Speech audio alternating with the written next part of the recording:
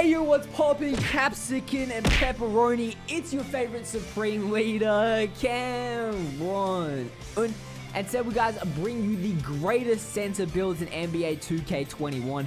Now honestly, it's pretty hard to go wrong with a center build. Every single 2K center builds are pretty simple, pretty obvious. You just want an inside dominant force, okay? This is obviously inside centers. Stretches are a whole different breed, okay? But inside centers are fairly obvious to go with. There's pretty much two options that you can go with every single year, and we're going to be going through both those options in this video. So obviously you just want to choose center. Your hand doesn't really matter, jersey name, that stuff does not matter. But before we really get into it, guys, if you could smash that like and subscribe button, I would really appreciate it. Also check out bballcases.com to get high quality NBA or NBA 2K phone cases. So as you guys can see, we've chosen center and we're looking at our pie charts right now, and the two main options that I'd recommend you guys going with is this all defensive pie chart right here. As a pure glass cleaner, or you guys can be a nice little interior force with this pie chart right here, which is the defending and finishing pie chart. Now we're going to be looking at this defending and finishing pie chart first, as it's just such a dominant build. Now the pie chart that I recommend for you guys, especially on this build, because you're going to be getting standing dunks, is you're going to be getting a lot of standing dunks on this build, is this pie chart right here, which is the vertical and strength pie chart. As you guys can see, when you move up, you don't really gain too much speed, and you're going to be so slow anyway.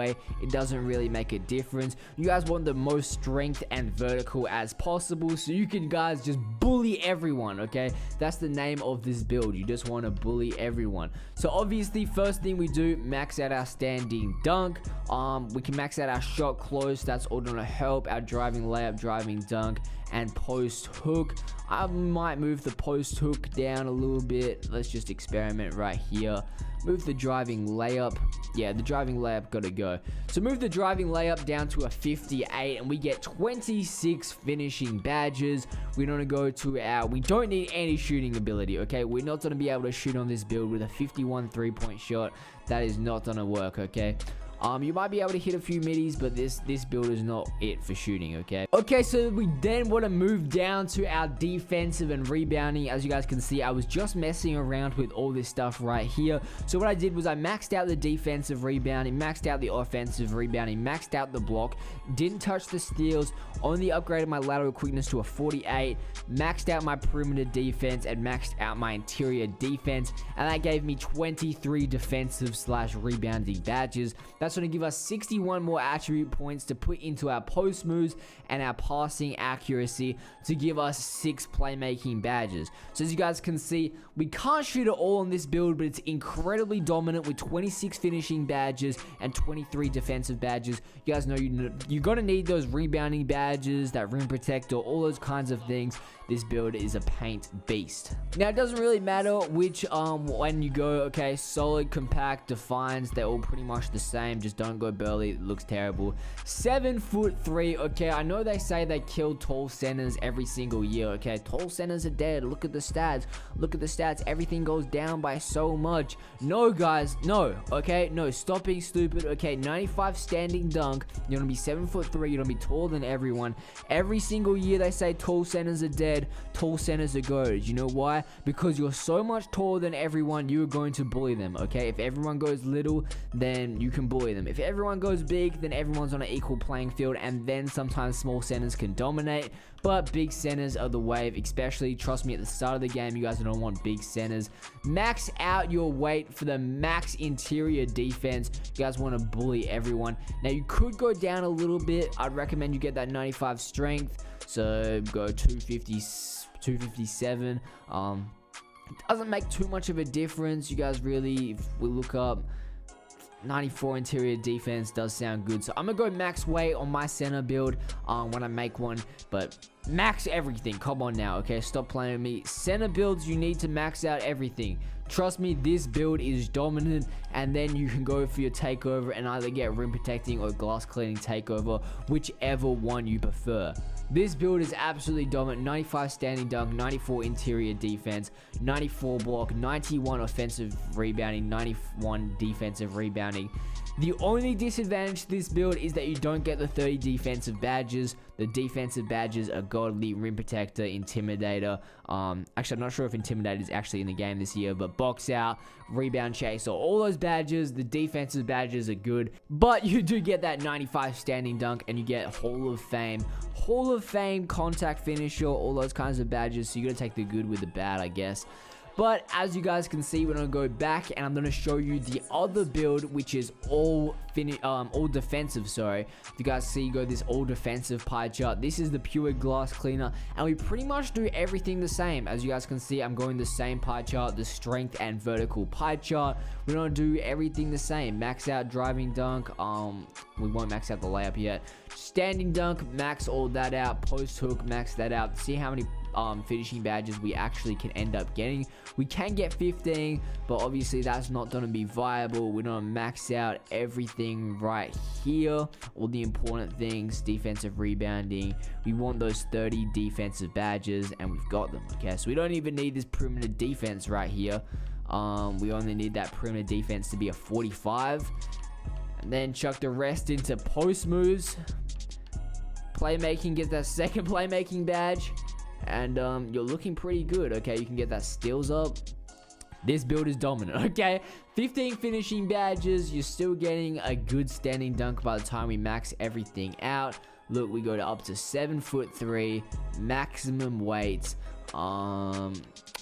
We actually don't need a maximum weight right here because we already get the 95.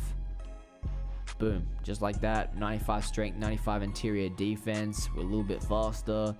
Max out the wingspan, bro. Look at this. Come on now. 95 standing dunk still. We get the 30 defensive badges, 95 block, 95 offensive rebounding, 95 defensive rebounding, 95 interior finishing. Both these center builds that I showed you today are absolutely godly, and I strongly recommend if you're trying to make a center to check one out. Now for both these center builds, obviously this is with 30 badges, but I'm just going to give you a brief rundown of what I would do. I'd go contact finisher Hall of Fame, relentless finisher Hall of Fame, and slithery finisher Hall of Fame. Now these three badges are going to allow you to hit a lot more contested. Like you don't be able to dunk a lot more with these three badges on right here. And now I'm not sure, honestly. We're gonna find this out later in the year, I guess. I'm not sure how Giant Slayer actually affects centers. As you guys can see, it heightens the effectiveness of layups over taller defenders. Now, no one ever clarified to me last year if Giant Slayer affected centers or not, because a lot of people were saying, oh, you're already the taller build possible, they're not tall to you, so it's not really, you're not really slaying the giant. However, I'm not sure about that. Actually, no, it does say here, layups attempts when mismatched against taller defenders, reducing possibility of shot getting blocked. So I guess if you're a center, then you're not mismatched against anyone. So Giant Slayer actually won't affect you, so you don't need this badge, okay? You don't need Giant Slayer as a center. Obviously, drop stepper is a badge that you really want to prioritize as a center. Drop steps are just overpowered. Deep hooks is another badge for centers that is really good. And then Pro Touch and Consistent Finisher are two other badges that are really going to help you out as centers, okay? Because if you guys go for contested layups underneath the ring and you don't get a contact dunk animation, you don't get a standing contact dunk animation, you don't get a dunk or whatever, and you're forced to go up for the contested layup, if you can time it well with Pro Touch, then guess what? You bailed out, okay? You bailed out with Pro Touch. Consistent Finisher, if you get a terrible release because you thought you're going to dunk it, then sometimes Consistent Finisher can bail you out.